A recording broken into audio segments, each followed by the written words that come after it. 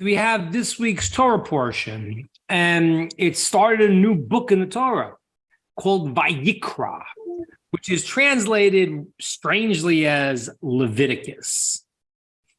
You gotta watch out for translation. You have a lot of wrong things from bad translations. So, okay, Leviticus, I guess, is because it's to the Levites, but that's not what the book is called. The book is called Vayikra, and God called. And the book goes through a lot of what's called korbanos. Korbanos are translated, again, another problem translation, as sacrifices. Because now, once you have sacrifices, you got a lot of crazy ideas and a lot of misunderstandings. Well, let's go with the first one. The first one to realize is this idea of when I sacrifice something for someone else, yes, I'm giving something up, but I'm giving something that they theoretically need. That's the sacrifice. You need it, and I'm sacrificing mine to give to you. It's a little bit bizarre in a relationship with Hashem, with God, because he doesn't need anything. What is the point of you sacrificing something that he doesn't need? He doesn't need anything. By definition, God has no lacking. He is perfect in every way. So therefore, what can you give him? He gives you something, so you give it back to him as if he needs it. It's strange. And this in the ancient world was a weird thing. People were into sacrifices. And they sacrifice human sacrifices. They sacrifice all these different things. So what is the difference between, a billion differences, but I want to explain one aspect today of why sacrifices in the general world was a very, very bad thing, and why the idea of a korban, what is translated as sacrifice, this offerings to God, why it's a very good thing. Okay, a lot of depth to it. I want about one point today to understand. What is this book, which is called, translated as Leviticus, that God is telling us these laws of offerings that we can't do today. We can't do them today. We will be able to do them in the future in the time of the temple. We can't do them today. So what do we do today? So the rabbis say, it's a verse in the prophets, that, and it's very important to know this, especially if you run into missionaries, they'll ask you this all the time. And the answer is very simple. It says in the prophets, it says, we will, instead of the offerings, God now said we will do that with our lips, with our speech, with our prayer. Well, how does prayer substitute for offerings? It does, because the prophet tells us to substitute for offerings. But how does it do that? Why would prayer to God, it seems very, very different. How is it so connected? And I want to share with you another story that we kind of mentioned a few weeks ago in something that was the hardest commandment for a compassionate person to do. An evil person likes to fight wars. They actually don't care. They'll fund wars, fight wars, keep wars going on, because they really don't care. A compassionate person, it's the hardest thing to go into fight someone else. You can't believe it. You have to, you don't want to do it. A person who's really compassionate. We talked about the story of King Shaul, who was the first king, and he was commanded to fight Amalek, which was the root of evil, and he had to fight them, and he couldn't destroy them. He couldn't do it. And what happened was he left over some aspects, the king, which he figured was the root of the nation, and some of the animals to bring an offerings to God. And when Shmuel comes to him, the prophet, he says, what hello to you, Shaul. And he says, blessed to you. I have done the word of Hashem. Now, Shaul tells Shmuel he listened to God, but he didn't. Does he think he's faking the prophet? He really believes he did what God said. And then Shmuel says, what do you mean? I hear the sounds of the sheep. What is that sound I hear? And he says the people wanted to save it over and bring it as offerings to God. And then the prophet Shmuel says to Shaul, he says, does God want your offerings? Like the listening to God? Is that what he wants? It is better to listen than to go and to do this. The whole thing is you're hearing and not the offering. So what is the comparison between you're not hearing and what's that going on? All right, I want to explain all these ideas. I want to explain why this book is called Vayikra, calling out.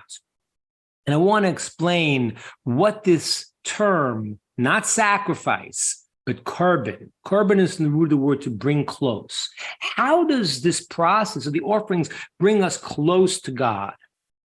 And why did the great king Shaul, think he did what God wanted, and he totally didn't? And Shmuel's got to say, hey, listen, better to listen to God than to go and bring offerings. Yeah, okay. What was he thinking? So I want to start by explaining something very, very important. And this is, I'm not saying this to go and to get into politics of modern times and this and that, but I want you to understand something. When we talk about Adam and Eve, Adam and Chava, it says, Vayeda Adam es Chava. Adam knew his wife, Chava. Very weird term. People say, oh, he knew in the biblical sense. Why is the biblical sense? Why is it called to know? Why is the act of a husband and a wife unifying? Why is that called knowing? Why is that called knowing? What is knowing? What is knowing somebody else? Well, like this. Let's say I want something and I figure that you can get it for me. But you know what? If you can get it for me, maybe some other person can get it for me also. Maybe someone else can get it for me also. It's not really about you. I don't really know you as the other person. It's that I have an objective. I want something, and I'm looking for someone who can give me what I want. So if you can deliver, good. I'm going to say it in a very coarse way. If a person goes and has a relationship with someone, but they don't really care about the other person, and the other person is something that they want to know, and they recognize the person as that person, then the other person is a convenience. People who have relations just for the physical component and there's not the person there, so it really could have been anyone. Take the same face, the same look, put on somebody else. What do they care? The idea of the knowledge is the idea that I recognize there is the other, and I want to unify with that other and become one. And that is what the text says. V'hayu lebasar echad. The male and female become one flesh. The child is the representation of the one flesh. Okay? They become one. Literally. Literally. They are able to unite in their act of connection, two people that become one, and that is expressed through having a child. That is the expression of those two people. Now, I don't want to specifically get into this, but one of the 7 Noahide laws and one of the Torah laws, it's very, very crucial, is illicit relations. That certain things don't connect. They can't connect. There has to be a unification of two people that can connect. Now, let me explain something here. And it's a very important thing because it does change a little bit with male, female, but there's variations to it. But in general, and if you look at the biology of it, you'll see the male is in the act of intimacy is the giver, and the female is the receiver. The man gives the seed, the woman takes the seed and builds the child. That is called an act of a mashpia, a giver, and a receiver. And every single interaction where you become one with someone, there needs to be that ability. I mean, literally, it's like they have, when they want to unify two things that go together, there has to be a lacking and a filling, that it has to be uniting. Any other situation is not a complete union, because if there is two givers or two receivers, how could they unite? The male female specifically, and the relationship that is done to a particular person in that time, is the ability to become one, because one is providing what's called the giving component, and one takes. Now, the taking is not for the purpose of taking. The taking is the purpose of giving. Let me explain what that means. If you have a person who comes home and he gives his wife flowers, okay? When a husband brings his wife flowers, he feels good. Okay, ladies, just to understand that. He starts to feel good. I had this guy once, I was counseling him, and I was trying to get him to get out of himself. He had all his complaints and this and that. I said, go buy your wife a present. Buy this, buy that, And then when he did it finally and he gave it, he said to me, wow, I don't know. I felt completely different. I felt that all of a sudden it stirred up in him the emotions that he wanted. Now, let's say the wife takes the present and says, yeah, great, thanks. Now get out of here. That's not a receiver, because she's receiving it not as the connection to the giver, but rather she's receiving it because she wants it separate. So she says, yeah, give me a BMW. Thank you very much. But, call me in 6 months. That's not what it is. When the wife gets the flowers and she feels so good about it, it's because it's a receiving from the giver, and therefore her receiving is a giving back to the giver. When the husband sees the wife with that joy that she has, that you gave to me, and I want to receive this because you gave it to me, that unifies them. That is the quality of really two things that become united. The deepest relationship is that male-female bond, which can't work in any other situation. And so, yes, there is obviously the laws of that are forbidden certain things to do, certain relationships are totally forbidden, but to understand the deeper meaning of it, it means because these things don't become united. If you have, two people that don't have that quality of the male-female to unite, they're not really becoming one. And then the world creates what it creates. So that is a very, very important basis to understand. The whole world, said, was built male and female. Every aspect, okay? Every aspect has that component. Now, let's give it in another sense. Let's say I want to teach you something. And you say, well, that's very nice, but I'm also a teacher. Okay, great. Now, I really don't want to hear what you have to say, because I have my own ideas and I don't want to hear your ideas. So how's that conversation going to go? Not very well. Because you have two that are giving and none that are receiving. They're not talking, there's no unification there, because I don't want to hear what you have to say. I'm not open to receiving what it is that you are trying to impart. The idea of the korbanos, the offerings, are not sacrifices. That's wrong. And this is why the nations of the world did these crazy offerings. You know why? Because the real idea of the korban, the offering, is to bring me close to God.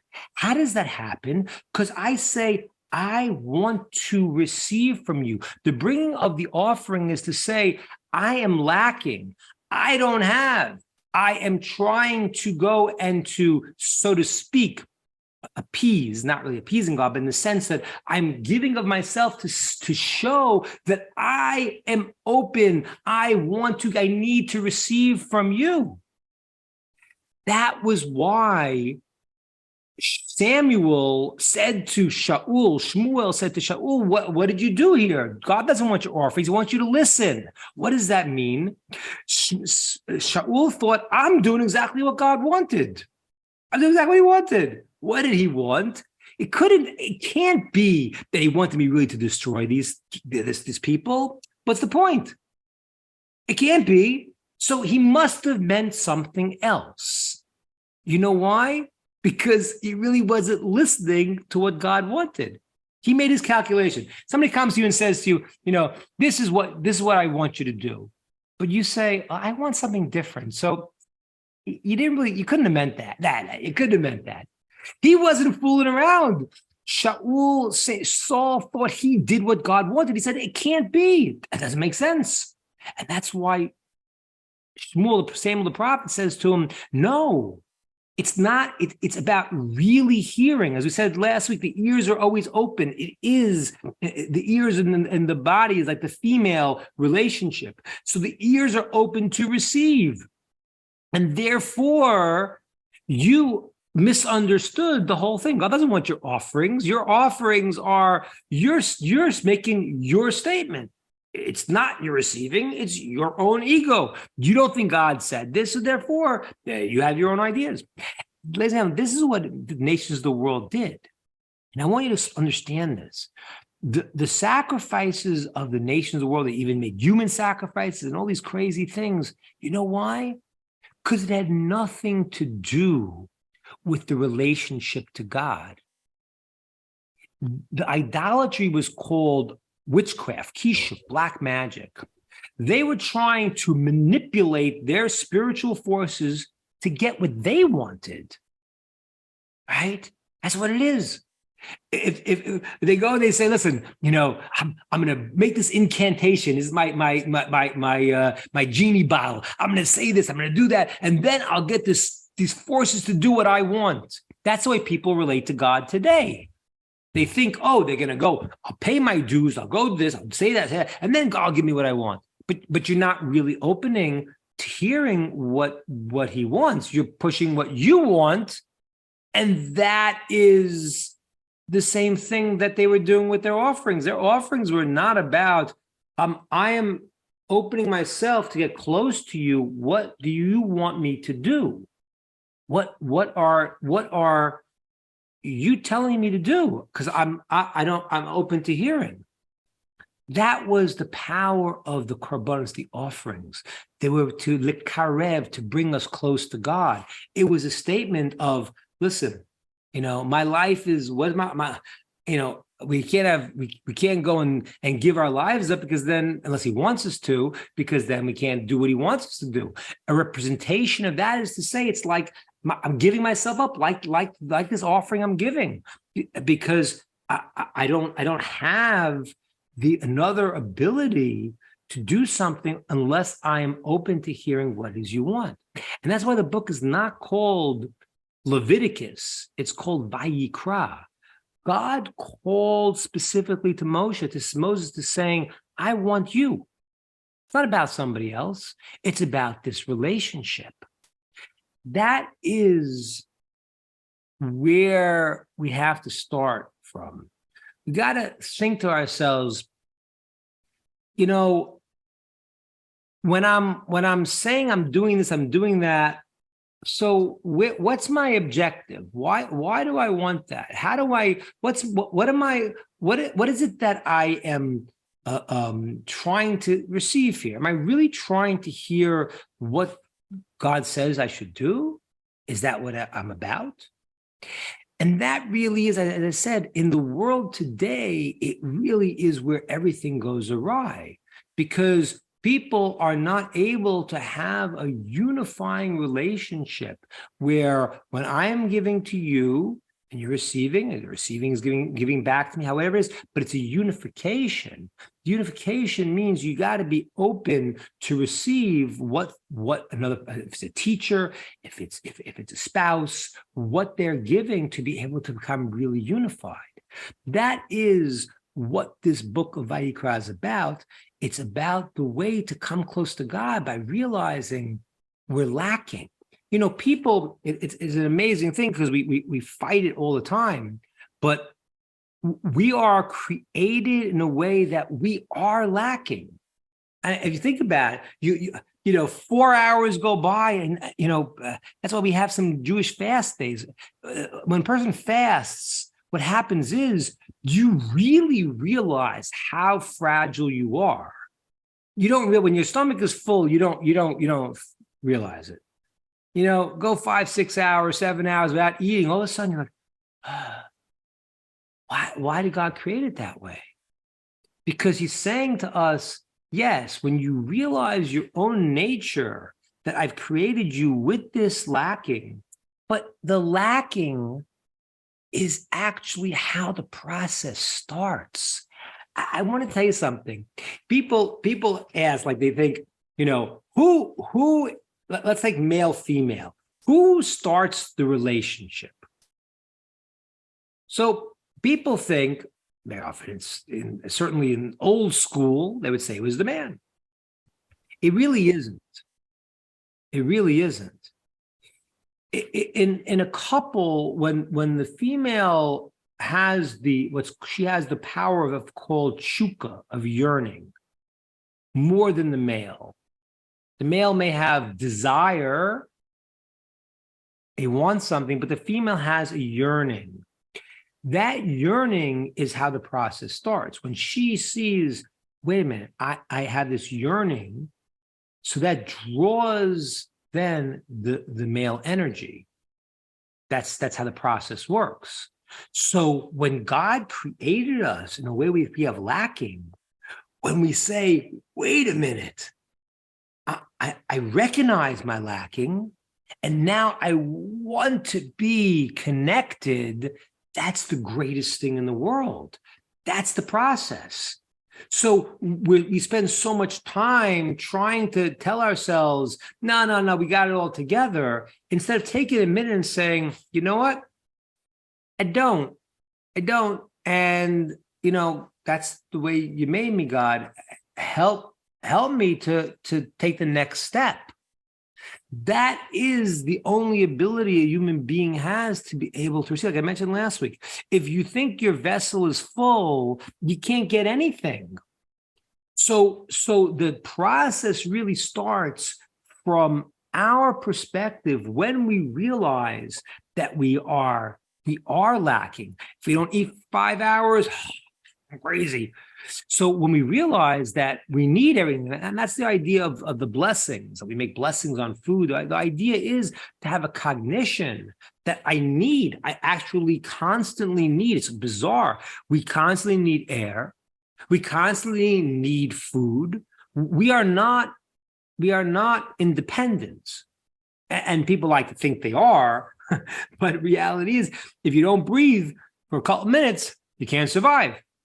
If you don't eat for a couple of days, you can't survive. You need constant ability to have intake into the world. We're made that way. It's not a bad thing. It's only a bad thing when we deny it and don't realize it. When we actually realize that human beings were created in a way that they have the lack, when you realize that you have the need, then you can be filled. It's like an amazing thing. I'll explain to you how it works with a couple.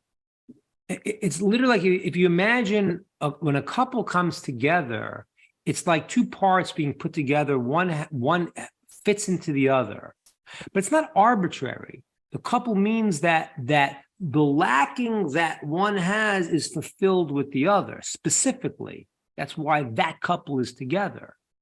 That's why it's not arbitrary. It can't go any place. It can't just be, oh yeah, well it's this person, and well this person is married to that person. So no, that's not your perfect fit. That is the process that we have to start. The process is to go and to say to ourselves, the fact that I have lackings shouldn't depress me. It shouldn't make me think, oh, what's wrong? No. Take a second and say, wow, I'm lacking something. And that was created in a way to realize that I want a relationship with the source that is the only thing that can fill me. And that really, ladies and gentlemen, is why prayer takes the place of the offerings, right? What's the connection? Because prayer is the point where I say, I lack. And not because, and like I said to you before, not like in a relationship where the woman, the wife says, yeah, give me a BMW and go get out of here. It's not that. I want the flowers because I want the relationship. I want the connection to the one that's giving me. As people, we call out to God and we say, we're lacking. Fill us up. If it's for the purpose of ourselves and God leave us alone, that's like the idolaters who did all their crazy sacrifices. If it's really from a place of recognizing that I'm lacking, and the only thing that fulfills me is that deeper relationship I have with the source, then a person can actually make himself a vessel to be able to have that connection. And that's what this book is about. It's how to build that connection to God by realizing He is the source, and He created us with these lackings to be able to recognize them and say, okay, I'm not pushing my own trip. Fill me up and connect me to you.